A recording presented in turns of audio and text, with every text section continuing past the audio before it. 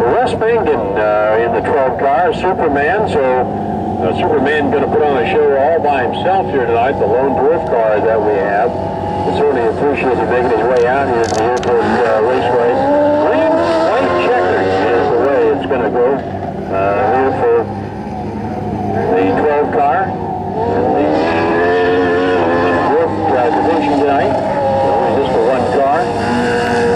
But certainly appreciate him coming in and giving us the effort to be out here tonight. We'll look for more, as we talked about, look for more from this division and the roots of the airport raceway.